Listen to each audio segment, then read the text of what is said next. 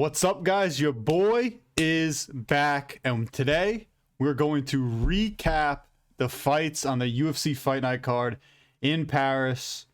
And let me tell you something, it was a rough day for me in terms of picks. If you bet on any of my stuff or any fights I told you to bet on, I apologize, because it was one of my worst performing card predictions in probably a couple months. But before we do that, we have to do something special. My man, my brother, Paul Craig retired. So to honor Paul Craig, before I get into anything about this card, we're going to do 9 seconds of silence for the 9 wins that he had in UFC. So if you're at home right now, do not make a noise. If your mom's talking to you, tell her you have to be quiet, and you have to do 9 seconds of silence for Paul Craig. So here we go. 1, 2, 3.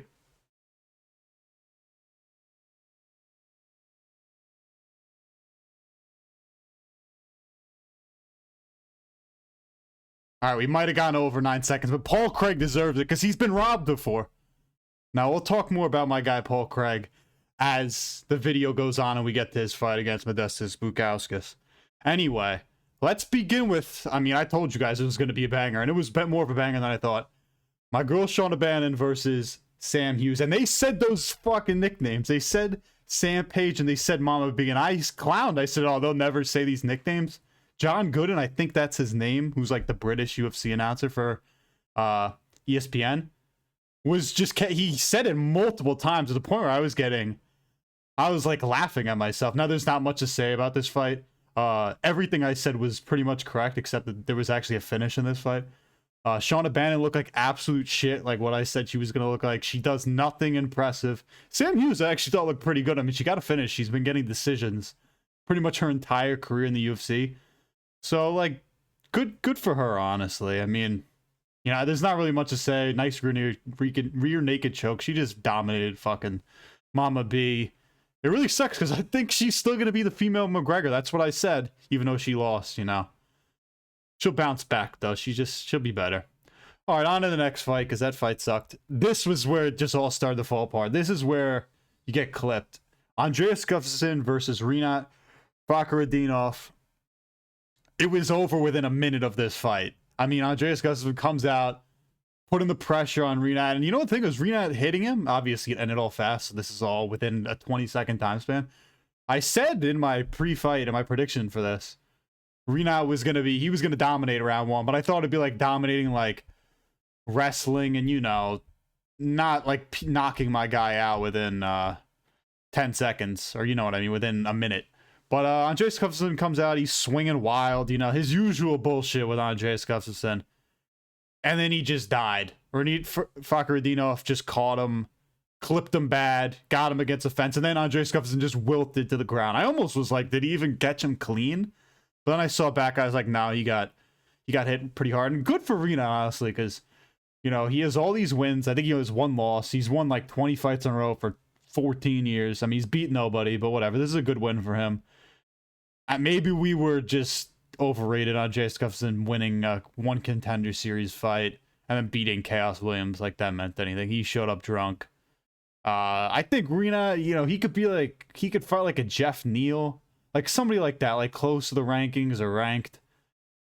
He's good. I mean, he's asking to be fraud checked though. It just wasn't for Andreas. So whatever. It was nice for Rinat. These prelims were amazing. Honestly, there was great college football on. Like I had Illinois and Duke on another screen. I had a couple other good games on too. But this fight card and this fight night was just great all around. So whatever. On to the next fight. For a fucking Brad Tavares. What a loser this guy is. Bryzcek actually looked like a UFC fighter, which I was kind of just doubting him the whole time. Now, during the fight, like I'll start with kind of my notes when I was watching live, and then I'll kind of go my recap after that. I immediately was just like, Brad Tavares sucks. Bryzcek somehow didn't finish him in the first. I thought it was like 10-8 Bryzcek in the first. I know it has to be a lot to do, you know, 10-8, but Brad Tavares, what did he do? He shot for that takedown, which might have saved him to 10-9. At the end of the first, because he was going to get finished, and he actually shot a nice takedown. The second round was probably him. He was like landing nice calf kicks. The whole fight was pretty much like Brad Tavares just going around in a circle in the octagon, like getting pushed up against the fence, and like Bryzcek just kind of mirroring him and just following each other around. That was pretty much the entire fight. Then like Tavares, he's landing his calf kicks again in round 3. He shoots a takedown. I think Bryzcek had like a nice sprawl and was able to get up. And then again, Brad Tavares, he was asking for this to happen the whole fight. He was getting way too close to the gauge. He gets caught, and then his finish, you know, whatever. Bryzcek did a good job mixing up his striking. I wanted it to be like a live lead KO where Brad Tavares just is dead on the ground. It wasn't that. It was kind of like, it was just a regular, you know, fucking ref stands in and whatever. Now, there was a great post-fight interview for this. Robert Bryzcek said something along the lines of, what was it? Like, never believe in yourself and give up. It was like, never believe in yourself and give up. It was something like that. That was Russian. He's Poland. But it was something along the lines of that. And I was just like, that was beautiful. So good for Robert Bryzcek. Don't really think he's good, but Brett Tavares, whatever. Go fuck yourself. You suck. And I picked him by decision. So if we're keeping track, I had Sam Hughes by decision, win by sub. So that's 1 right. Andreas Gustafsson, I thought was going to win by decision. He fucking got knocked out. And then Brett Tavares, I thought was going to win by decision. Robert Bryzcek knocked him out. So I was thinking decision heavy. And it wasn't even a disrespect to like, oh, there's nobody you could finish on this card. I was just like, oh, I'm just leaning this way. And clearly I fucked that up. So whatever. Now this is where I was right. I think I had Sam Patterson by round 2 submission. And that didn't happen. But thank God Sam Patterson won. I like Trey Waters. Like he has skills and stuff. But Sam Patterson really showed him. I remember early on in this fight, Waters was getting hit with the jabs, and I felt like he just zero head movement, was just eating them, and I was like, that's gonna end badly for you. Then like Trey Waters kind of got him, Sam Patterson back with a stiff jab, overhand right, or maybe it was a hook, just drops Trey Waters, and then he's knocked out. I think knocked out standing. The ref just jumps in there and is like, this is done. Sam Patterson, he's absolutely electric. He called out Neil Magny. He's fighting Jake Matthews in like a couple weeks, and he's gonna die to Jake Matthews. So I don't really even know how that's gonna work. I also like that Sam Patterson. He's risking getting clipped to land big shots. Like in the UFC, some people, and look, it works for some people to stay at range and kind of just pick your spots. But you really just got to go out there and throw if you want to get finishes and get fucking noticed. And I like Sam Patterson just coming out there, throwing punches. He looks good. And you have to put yourself in a position to win. I know that sounds dumb, but like you have to be out there trying to get finishes if you want one. Again, that sounds stupid, but so many UFC fighters are just so fucking dumb. And they just think they can win by doing whatever bullshit, and then they're surprised when they fucking lose. Also, I think Sam Patterson, more realistic next opponent. I would say Carlos Leal, that PED using fucking bitch who I picked to knock out some fucking Russian and then he fucking lost. Fuck you, Carlos Leal. I could also see maybe Nick Dalby, but I think didn't he get put out pretty bad in his last fight? Yeah, that's kind of where I see Sam Patterson. Somewhere like close to the top 15. Not necessarily close to the top 15, but it's just a step up in competition than Trey Waters, who's decent, but I want like more of a name. All right, this UFC unexpectedly closed my connection on Kaue Fernandes and Harry Hardwick. That's okay though, because there's not much to say about this fight. I felt so bad for Harry Hardwick. He's a featherweight, and he comes up to fight a lightweight, and what an awful lightweight to fucking fight. And I said Kaue Fernandes by decision. That was such a dumb thing. It's honestly because I did zero research on this fight. Because he was supposed to run ZS or whatever his name is. And I was just like, whatever. I knew Kaue Fernandes will win, but I just like forgot that he just has insane calf kicks. I should have just picked him by TKO. The calf kicks in the first minute, you knew it was over. It was like Edson Barboza Jr.-esque. You know what I mean? He was just dominating him. And then you already started to see him limping, and Harry Hardwick's like smiling. Kaue Fernandes is like, he knows he could fucking end it. And then there was one where he just drops him the first time, and Herb Dean's just staring at him like, you got to get up, kid. You got to get up. And Harry Hardwick's like, fuck, whatever. Gets up again. Then he just gets kicked again. And then he's on the ground. He just fucking rolls over his back. And Herb Dean just has zero care for this guy. Herb Dean didn't give two shits. He just watched him die. Harry Hardwick leaves the fucking arena in a wheelchair. I think the French were booing him, which I was like, come on. I felt kind of bad for Harry Hardwick. Kind of what you'd expect on short notice. For Kale Fernandes, he's got to get somebody close to top 15. Those leg kicks are going to be a problem for literally anybody. Like, they're absolutely devastating. So maybe Jakar Close, who, like, funny enough, just fought Edson Barboza, my goat. Maybe even fucking Bobby Green. Do we want to see Bobby Green die again? Probably not. But I mean, who the fuck cares? It's fucking Bobby Green. But Kale Fernandes is very impressive. Maybe I just was underrating him. Like, maybe I just haven't been locked in on him as much. But yeah. Anyway, all right. This was one of my worst picks, and honestly, even in my prediction video, I pointed out maybe I should pick fucking Ante Delija. I didn't even know these guys fought 10 years ago, and Marcin Tybura checked the leg kick and just broke Ante Delija's leg. I believe that's correct. And I also noted that Ante Delija was training with Tom fucking Aspinall and his dad. I should have known that. And also something was revealed during the broadcast. Ante Delija's trained with Krokop before. I mean, I guess I should have known that because he's from Croatia. You know, it kind of makes sense. But just, I guess I wasn't informed enough about it. Delija immediately comes out firing in this fight. Blitzes Marcin Tybura. They get up against the fence. I think, like, Tybura, like, kind of grabbed onto him, but then he just got fucking blasted. Marcin Tybura looks slow. He gets finished. He got dropped pretty, like, he gets up against the cage, gets hit a couple times, and then as he's bending over, he just gets walloped. Dumb pick by me. Marcin Tybura is officially ass, and I think Ante Delija, this is going to put him in the top 10, because what I said, all you got to do is just beat one of these guys, and they're going to just throw you in the top 10, and you're going to get somebody good.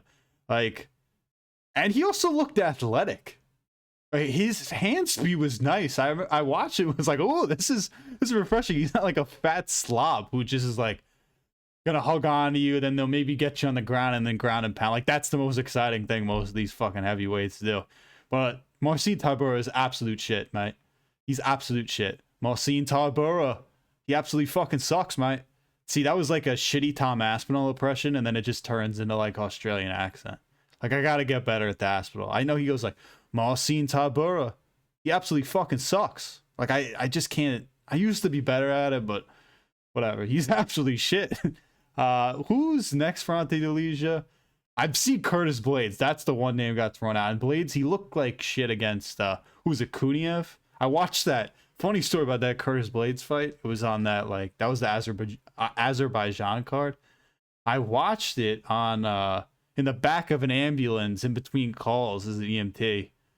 Like, I guess you don't get me in trouble for that, but people can. There was nobody in the ambulance with me. I just went to Ralph's. We just went to Ralph's to get fucking Italian ices. So whatever. Fun fact: I did watch Curtis Blades' like ugly decision. It wasn't pretty.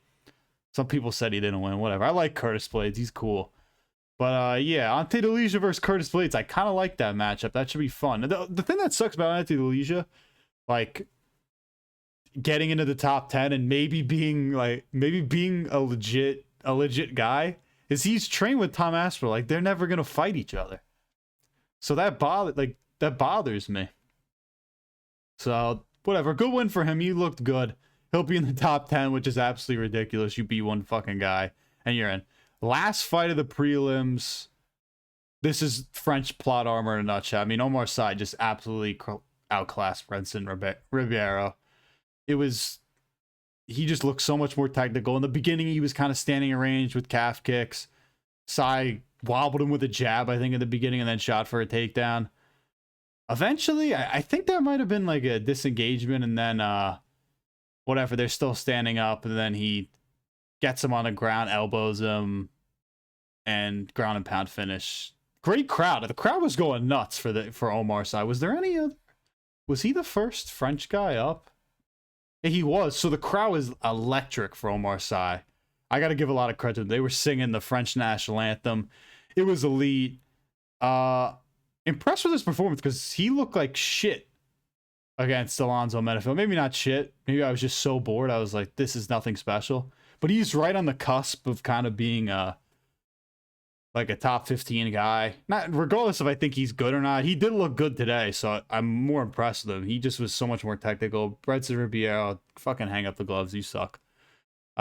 Just he looks so much smarter today. And as of like interesting fights, he's not gonna fight Alonzo Menifil again. So maybe like Minyang Zhang right? That's how you pronounce his name.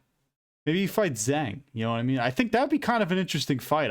That'd be a fight I would definitely be tuned into.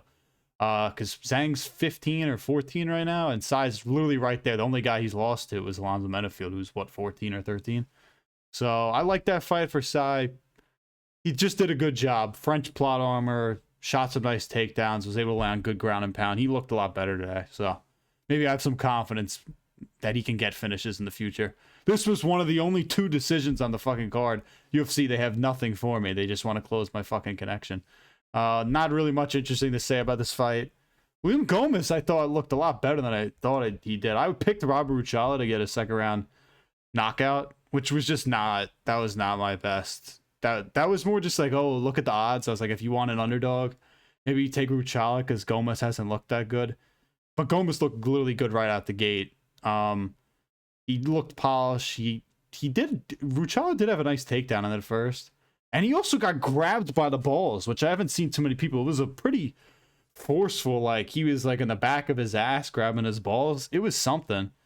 Gomis had some nice kicks to the body. Round 2. My whole thing on this Gomis, I thought could have had a finish, but he just took like shit angles and couldn't land like the big shot. Ruchala landed another takedown in that round. There was a really bad eye poke in that round. Also, who was it? Gomis? Who even did it? I just wrote down here. Bad eye poke. Look deliberate. Oh, no, it was Gomis on Ruchala, I believe. It was a pretty bad eye poke. And then the guys ended up trading shots at the end of the second round. And then round 3, like, William Gomis turned it up. He was landing these body kicks and front kicks. And his knees, they were wearing Robert Ruchala out. And Ruchala, the whole fight, he just had this obsession with throwing spinning back kicks at the body. I was like, wow, he loves this fucking move. I mean, he landed them, but it wasn't anything. And then this is where the arena you could tell there was a little bit of worry in here. Obviously, William Gomis is French. But Robert Ruchala threw up a head kick and wobbled William Gomis. And the whole arena got scared. There were guys in like the front row. I've seen other people win this out. Like, they thought this fight was easy money, as Boycano would say. And they see William Gomis get rocked with this fucking head kick. And they're just like, they immediately locked in. Because it did look scary. I was like, fuck, am I going to be right here? Robert Ruchala gets knockout. Whatever, he loses. I think it was 29-28. This fight was one of the more boring ones. I wasn't really super impressed with anything. There were a couple cool moments. But next for William Gomis, maybe Duo Choi. Duo Choi, people forget, man, Duo Choi. He was like I think he had a sick overall in UFC too. I used to like destroy Conor McGregor in that game with Duo Choi calf kicks. So maybe him. I kind of forgot he's still in the UFC until I saw other people kind of pointing out maybe that as a possible fight. Maybe even Edson Barboza. That's an option also. I don't know if I'd want Edson to take that fight. Not that he'd get finished, but just like I think William Gomis would just style on him and shit. You know what I mean?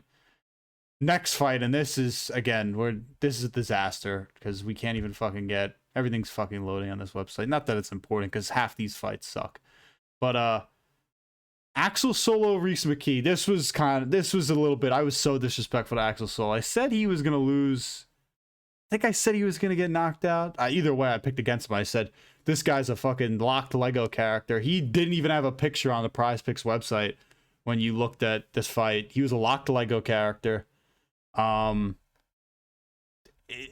it was decently entertaining, but then the ESPN, they fucking come up here and they say technical difficulties. Next thing you know, 4 minutes later, these dudes are just in the octagon. You're like, oh, well, missed the whole fucking walkouts and shit. And another stat, I forget what it was. Reese Mckee had like 25% striking accuracy. Like, he sucked. He couldn't land shit. Sola, I know some people were critical of him. I thought he looked like decently sharp. And then Michael Bisping said like the dumbest thing I ever heard of. He said, Axel Sola, he's reminiscent of an early Conor McGregor. And I was like, first I've heard him say this about other fucking people before. But I was like, what? Because he's in a bladed stance, he's reminiscent of early Conor McGregor. And the funny thing is, after he said that, like, Reese Mckee actually pieced him up a little bit. There was a nice takedown in the beginning by Sola, and then Mckee got up pretty fast. And then there was a point where he gets Reese Mckee on the fence, and he's just kneeing him in the back. Or in the back of, like, the hamstring. And that was for a while. He definitely wore him out with those shots.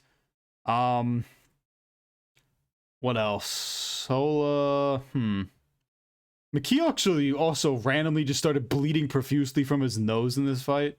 Or in the first round, I was like, where did that come from? He also had good takedown defense. Like, other than getting stuck on the cage, he was at least decent. Other than that, like, I thought Axel Sola honestly should have just kept punching him in the face. I know it sounds stupid, but he was wasting a lot of time trying to get these takedowns. Reese Mckee, like, kind of did a decent enough job to stuff them, you know what I mean? So you can't even fucking reload on that shit.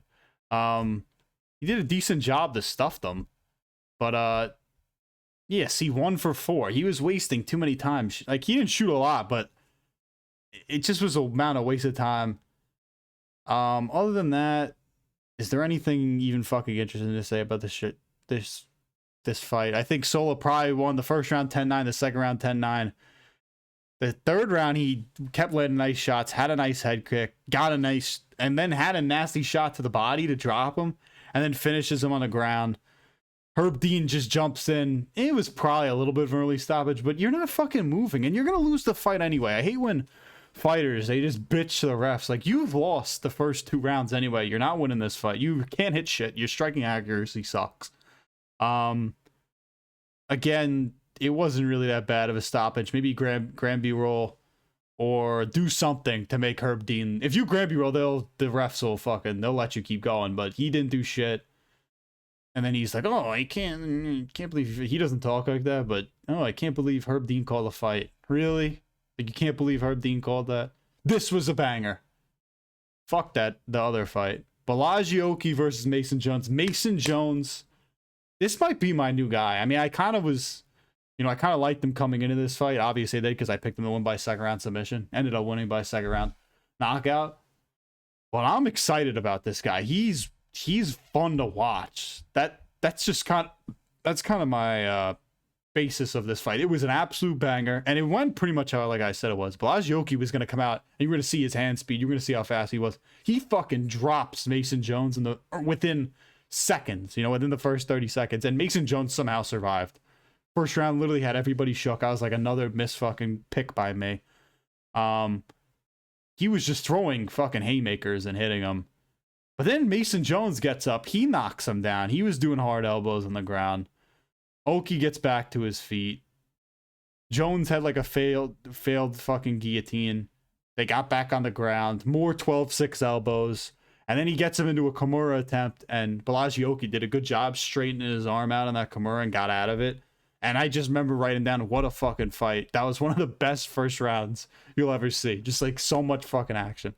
And the second round, you could tell Borralho, like as I said, was just going to burn himself out. He wasn't as fast. Then there was a beautiful takedown by fucking Mason Jones. It was a beautiful judo throw. He throws him down. He was 2 for 2 on his fucking takedown today. I can't describe how beautiful it is to watch like a well-executed judo trip or judo throw, whatever you want to call it.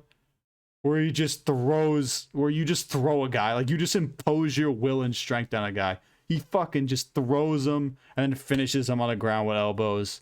It was beautiful. He's just flat out more technical. I don't really know what's next for him. What did he say? He was asking for some kind of a fight. I forget what it was, honestly. I don't know. Maybe it was the Qatar fight card or something. I don't really know what's next for him. But man, he's exciting. Both these guys are exciting.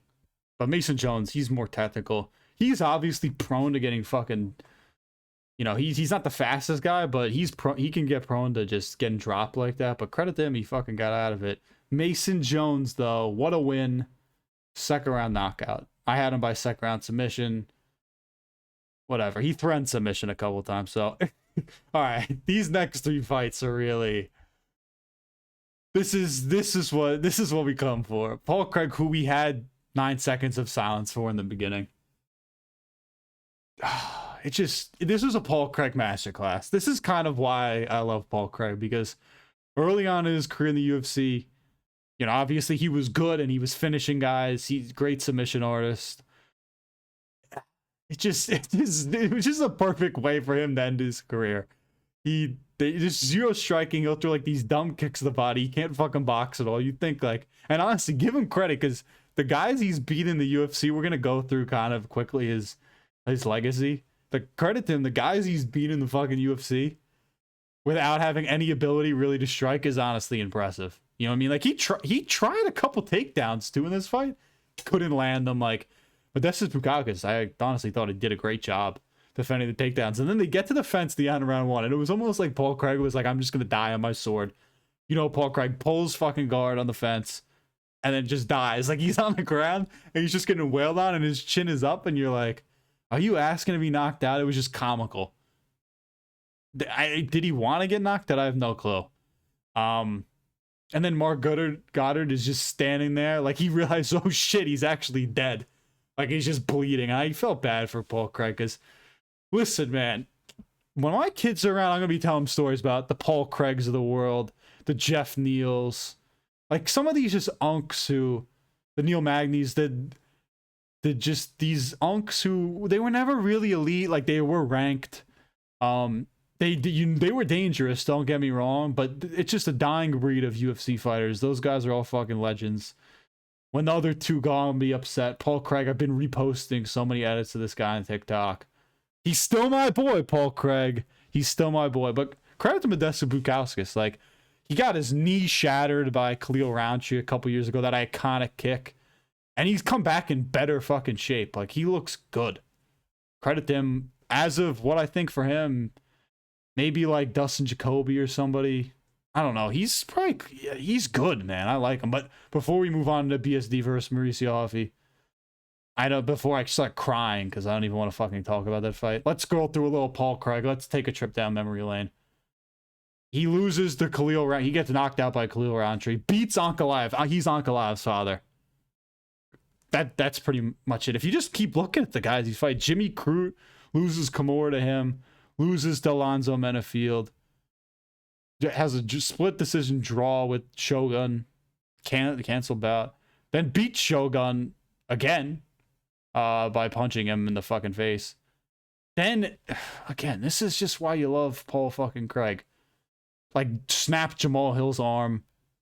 Fucking sub Nikita Krylov. And then it kind of starts to slow down a little bit here when he fucking gets pieced by Johnny Walker, sub by Brendan Allen, beat up by Kyle. Honestly, his greatest accomplishment as a UFC fighter was his fucking Bo Nickel fight, where I think it was 30-27 decision, but it's like Bo Nickel like couldn't do shit against washed Paul Craig. Like he fraud checked the guy by losing a decision. Like that's actually impressive.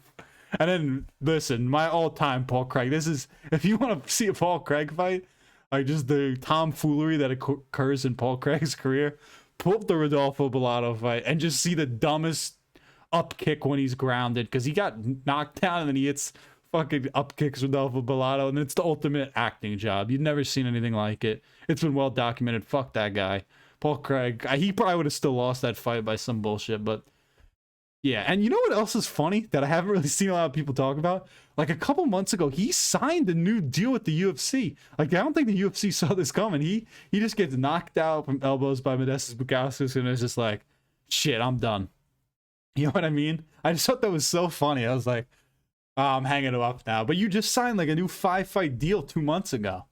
I'm not complaining. I think this was a performance where you have to retire. Like what else was left for you? You know? Well, I'll remember Paul Craig for forever. 9-10 in the UFC. Fucking legend in my eyes. I'll never forget Paul Craig. He's one of my goats. Now we got to start to the fucking sad part of the card. Really the only sad part of the card. PSD versus Mauricio Ruffy. What a fucking fight, honestly. While watching the fight, I just kept thinking to myself, I was like, wow, I really like how BSD's mixing up these kicks. He's like going to the head, going to the body. When he would go to the head, he would shoot his takedown fast. It wasn't slow shit like I'm used to seeing. Like his regular striking with his hands is still goofy as shit. Like he still plods and he's slow. Like I'm not gonna say like this fight I thought he looked fast, but you know, he still has his moments where he still is an idiot. The first round he shoots, he got the takedown on him. He had side control and I think he got full mount, and It was 10-9. There was like a nut shot somewhere in there, I think. Oh, on Mauricio Ruffy.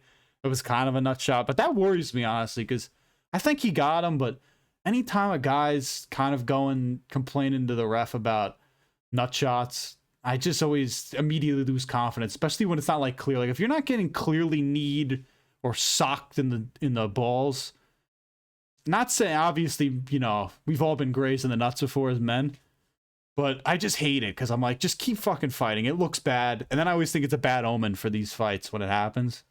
I just thought Mauricio Ruffy, he just looked hesitant the whole fight. Like BSD looked so fucking confident.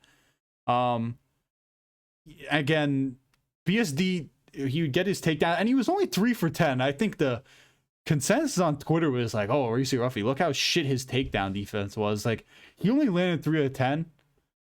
He was both, like, decent and awful defending the takedowns. Like, I don't even know how to describe it, because he did so much dumb shit on the ground. He also threw no punches in this fight.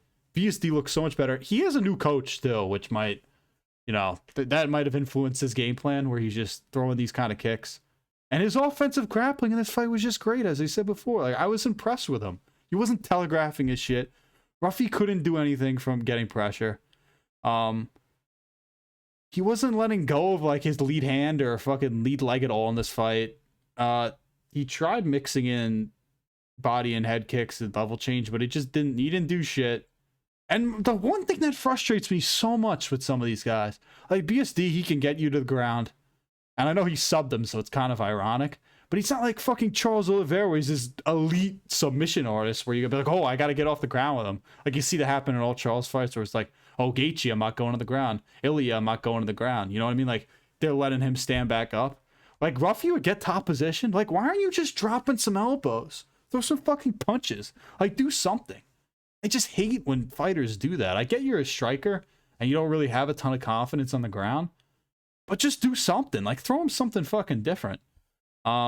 Just dumb. And then he just gets back up and he's like, BSD, get back up. And then it's the same fucking story again, where he's hesitant to throw punches. BSD, he'll throw like a fucking head kick or something and then take him down. He also, I thought, moved okay on the ground, Mauricio Ruffy. Like, he was sprawling a little bit. Like, he was showing movement. It wasn't like he was just getting wet blanket sat on. Then he gets his back. Then Benoit Saint-Denis gets his back in the second round.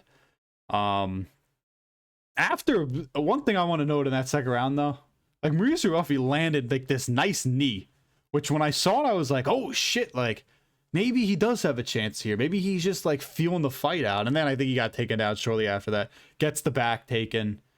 And then BSD, he's trying to get the rear naked. Can't get it in. Because, like, Ruffy's, he's tucking his chin enough. But then it's just a face cranky fucking taps. It was like a sad tap, too, honestly. You watch it, and I just felt bad. It was kind of pathetic. Like, I'm not trying to say, like, oh, what an awful fight from Mauricio Ruffy. But it was just disappointing. I was just like, it made me feel bad. He just had a shit approach to this fight. I don't like it. And also, he was the least tested of all the fighting nerds. I think he's the worst. Lightweight is such a tough division to be really good in because of how deep it is. But I don't think this is the end for him. I'm not saying he's ever going to win the title or win the belt or fucking even compete, but he could definitely be a guy who's ranked and get within even the top 10. He just has things to work on. His striking is great. He knows when to pick his spots. I honestly just think Benoit Saint-Denis just had fucking French plot armor and also just looked a lot better. I was pretty impressed with him. I honestly came away with this fight. I'm like, oh, BSD, maybe I shouldn't write you off. I was extremely disrespectful to him. I said, is he even that better than fucking King Green, the Bobby Green? That was disrespectful, and honestly, I should never say shit like that again. Because honestly, if I was famous, people would clip that shit and be like, oh my god, Kieran, you're so fucking stupid. Like, thank god I'm not that big. And if somebody watches up to this video and clips that shit, I'm gonna be pissed. Anyway, what's next for BSD? I saw Gamrot get floated around, but honestly, I think he would lose that. I think Gamrot's so much better than BSD. Michael Chandler was another name. I don't think Michael Chandler would take that fight. I think he would know he would probably lose, but that would be kind of a fun one. And then I also saw a couple people float. Oh, maybe a loser of Fiziev versus Charles could fight BSD, but I could never see, like, if Charles lost to fucking Fiziev, like, would he fight BSD? I just don't think that make any sense. If Fiziev lost, I think that could make sense. That could be a fight. Maybe Rafael Fiziev versus BSD. But I guess for now, maybe I'll just say Gamrot. I'll just say, oh, I'll fight Gamrot. Because I don't think Michael Chandler, I think there's a 0% chance he takes that fight. Fiziev could make sense. That honestly might be the most realistic. But either Gamrot or Fiziev. Charles, honestly, if he loses to Fiziev, go fucking hang the gloves up, buddy. Not saying that's a bad loss or anything. I like Rafael Fiziev. He's one of my guys, but whatever. And next for Mauricio Ruffy, maybe Michael Johnson. That's kind of a fight that gets me excited. I would want to see Michael Johnson, the ultimate 500 fighter, versus Mauricio Ruffy. He should win that, but who the fuck knows? Michael Johnson. Again, wasn't happy with the approach to this fight for Mauricio Ruffy. Just thought he looked tentative the whole time. Just didn't look confident. And I don't know. Maybe it was just the first time getting taken down. I think he did. BSD had a nice body kick that might have shook him. But just not bad approach to this fight. I just wasn't happy with it as a Mauricio Ruffy guy. But whatever, he hadn't beat anybody. You know what I mean? His best win was fucking Bobby Green, and people overrated, including myself, like that fucking Dagestani guy that was like Islam or Khabib's training partner on the Contender Series. Like, that's on us. I'm not doing that shit again. If you haven't faced anybody, maybe I should just go with BSD, because at least he's lost to Poirier and fought Moicano. You know what I mean? That's better than, obviously, Poirier is better than anything Ruffy's faced. But fucking even Moicano, even though he lost to him. You know what I mean? But yeah, whatever. Good win for BSD. He has my respect. So, on to the main event. I got a lot of takes about this one. It was a good fight, honestly.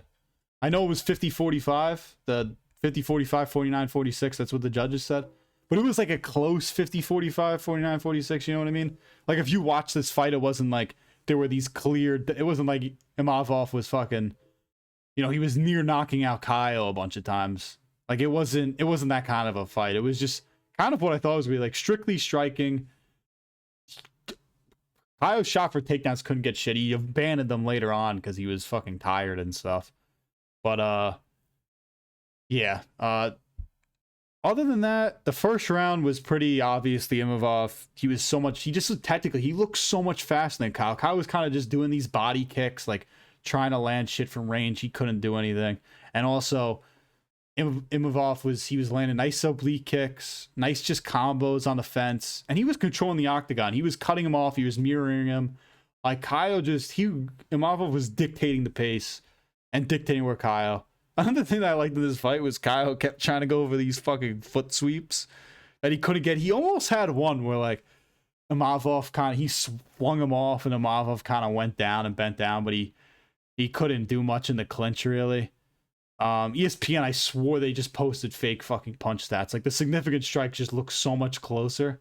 And I had zero belief that they were that close. You know what I mean? I thought Imavov was just landing more meaningful stuff the whole time.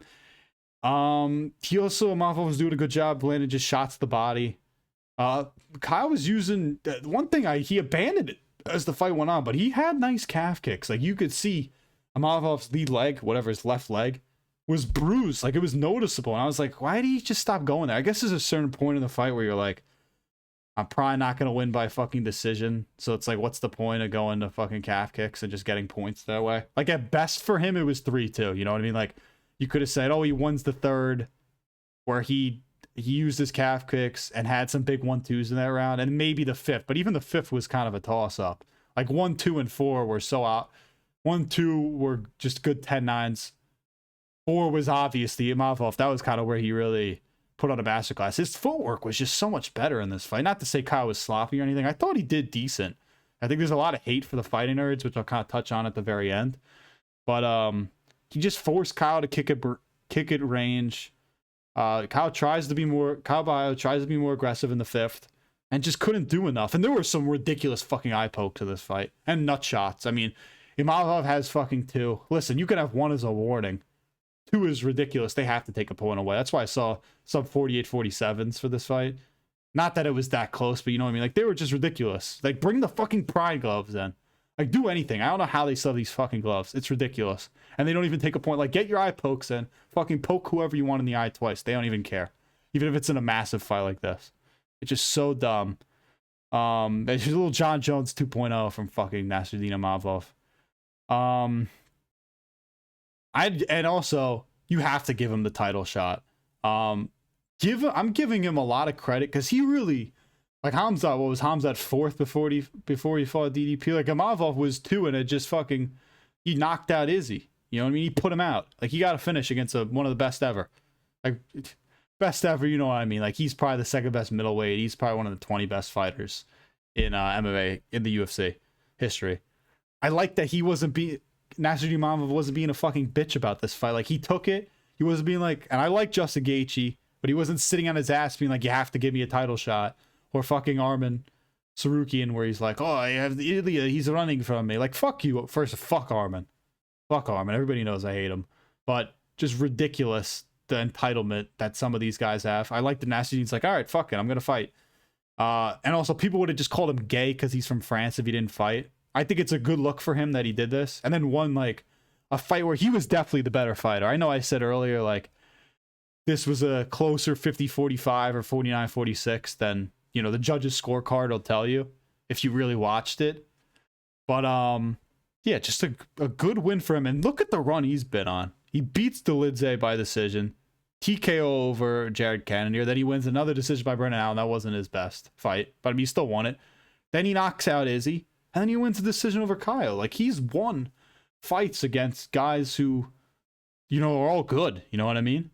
As for Kyle Borralho, you know, I honestly don't think this was an awful fight from him. There were a lot of times where I thought he was just going to get put out.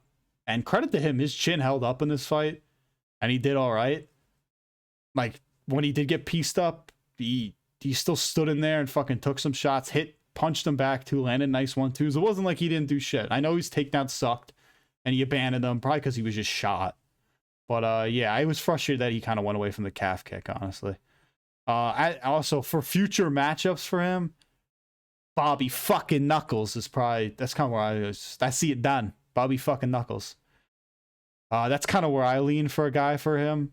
Robert Whittaker versus Kyle Borralho would be interesting. MVP is another name, but I honestly say MVP for half these middleweights because I'm like, I just want to see him against these dudes. But I think Kyle would probably win that. I just think MVP is just gonna get mauled by one of these bigger fucking like guys who are actually built. There was also an interesting point in the post fight where Imavov said he felt something like pop or slip in his heel or his foot, and that's probably why he stopped throwing those front kicks that I mentioned before that he was kind of throwing in round 1 and 2. And credit to him, he still won the fucking fight. You know what I mean? It was a competitive fight, it was a fun fight.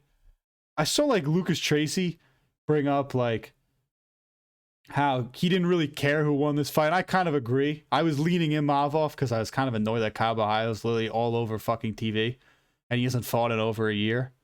And I'm like, you haven't beat anybody. Your best win is Jared Cannonier. You also knocked out Paul Craig. Imavov has that stacked resume.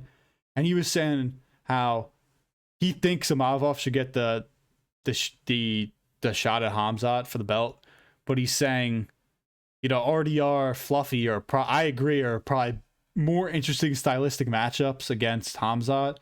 And also, I have a feeling that the UFC, there's a chance they screw Imavov over after this. I thought the whole fight, it was creeping in my mind. I was like, maybe Imavov needs a finish. Just knock him out. Because then it's pretty much, there's no chance they can deny him. I don't think they can anyway. He's the real number 1 contender. I know Dricus is number 1, even though, you know, he's lost. He's not fighting Hamzat again unless he wins another fight. But yeah, I don't think there's a way you can fucking discredit Imavov, what he's done. He's great resume, great fighter. I think he has a shot too. I know it sounds crazy, but I think he could legitimately. If he could just, again, it sounds so easy. If he could just stuff some takedowns, maybe he can win. He has such fast hands. He has great footwork. He's not like a goofy fighter like Dricus, and I love Dricus. But I do think he has a chance, honestly. I don't think it's ridiculous to say that. I wouldn't pick him to win, don't get me wrong, but I would be excited for that fight. Obviously, I'm probably a little bit more excited to see RDR and Fluffy, because I've been a Fluffy guy for a long time. And I like RDR too. Stylistically, I want to see those like idiots kind of take on Hamzat, like a cardio king like Fluffy, and then RDR is just overall odd and unorthodox fighting style. I think that's more interesting. And honestly, I wouldn't be, again, I said it, I am repeating myself. If like RDR or Fluffy get a finish or something crazy happens in that fight, don't be surprised if fucking the UFC and Dana White's like, oh, these guys are next title shot. And then they just have Imavov sitting on his ass for fucking months, year, who knows. That shouldn't happen. What I would do is Borralho versus Bobby fucking Knuckles, mate. Bobby fucking Knuckles. And then I would put Nasruddin Imavov versus Hamzat. And then I would put Drickus versus the winner of fucking Fluffy versus RDR. That's what I would do. Something along those lines. I think that makes sense. This division is great, honestly. Think about how many all awesome fights there are in this division, but whatever. Impressed by Nasruddin Imavov, you know. Now here's a guy in Nasruddin Imavov, kind of a little bit Chris Collinsworth. Oh my god, Nasruddin Imavov, man. Oh my god, look how fast his hands are. I want to incorporate a little bit more Chris Collinsworth into some of these videos, because that's just how he talks, honestly. Great win for him. Next week we have UFC Noche, Lopez versus Silva. That'll be a good one. I'm gonna try and get a video of that during the week sometime. I'm really fucking busy, honestly, but whatever. We're pushing it out for the viewers. I'm gonna post on TikTok more. I'm honestly gonna try and post on there more than YouTube. YouTube for now. I'm gonna try and do 2 videos a week. So like one for predictions for the card, and then one recap and fucking a little bit of matchmaking for future fights. Maybe expect longer forms of content when I'm fucking home from breaks and not busy with fucking school. But yeah, great card. One of the best fight nights ever, dare I say. I mean, I'd have to think of some other ones, but in recent memory, this one definitely fucking stands out. I mean, only 2 decisions and everything else was a fucking finish. I know it didn't have all-star names everywhere, but for a fight night, this is fucking elite. The French crowd bought it. Great day. Can't say enough. Fucking thank you to all the UFC Fight Night Paris guys. Thank you all for watching. Please subscribe. Maybe type your favorite Paul Craig moment in the chat. I love Paul Craig. Rest in peace to a legend. I'll always remember this as a retirement card. And again, thanks all for watching. Like, subscribe, share, and let me know what else you guys want to see content-wise. So, yeah, again, thank you all for watching this breakdown and analysis of this card. Thank you. Bye.